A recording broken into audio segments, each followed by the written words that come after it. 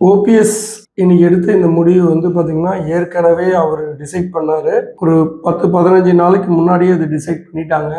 இத வந்து இந்த மாஸ்டர் ஸ்ட்ரோக் எடுத்ததுக்கு காரணம் யாரு? திரைமறைவிலிருந்து யாரு வேலை பார்த்தாங்கன்னா, வேற யாருமே இல்ல. திரு சபரீஷன் அவர்கள் தான்.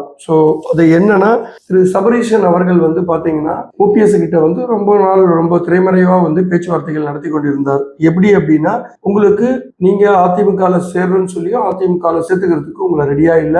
அதே நேரத்துல பிஜேபியும் உங்களுக்கு சப்போர்ட் பண்றதுக்கு ரெடியா இல்ல. இப்படி இருக்க சூழ்நிலையில நிராகதியா நிக்கிறீங்க. உங்களுக்கு இதனால எந்த பலனும் இல்ல.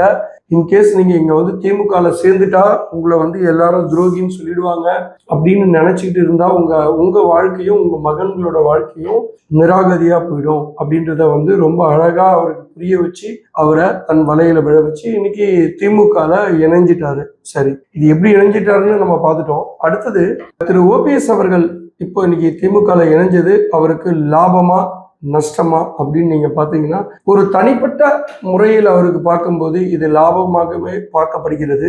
ஏனென்றால் தனியா நின்று இன்னைக்கு கஷ்டப்படுறதை விட ஒரு இயக்கத்துல வந்து தன்னை ஐக்கியமாக்கிட்டா ஒரு கால் அவர் வந்து எம்எல்ஏ தொகுதியில நின்று அவருக்கு மீண்டும் வந்து பாத்தீங்கன்னா திமுகல வந்து பெரிய ஆஃபர் கொடுத்துருக்காங்க. அதாவது போடி நாயக்கனூர்லயே அவர் மீண்டும் நிக்கிறதுக்கு அவருக்கு வந்து கன்ஃபர்மேஷன் கொடுத்துருக்காங்க. அதே நேரத்தில் மிகப்பெரிய ஒரு பதவி கொடுப்பதாக சொல்லப்படுகிறது. அதாவது திமுகவில் பெரிய பதவி அப்படின்னு பாத்தீங்கன்னா துணை பொதுச் செயலாளர் பதவி கொடுக்கலாம் அப்படின்னு சொல்றாங்க. அல்லது வந்து சபாநாயகரா வந்து திருப்பும் மீண்டும் திமுக ஆட்சி அமைத்தால் அவருக்கு சபாநாயகர் பதவி கொடுக்கலாம் என்றும் சொல்லப்படுகிறது. இது மாதிரி அவர் வந்து ஒரு பெரிய கௌரவமான இடத்துல வைக்க போறோம்னு சொல்லி அவருக்கு அசூரன்ஸ் கொடுத்ததுனாலதான் அவர் வந்திருக்காரு.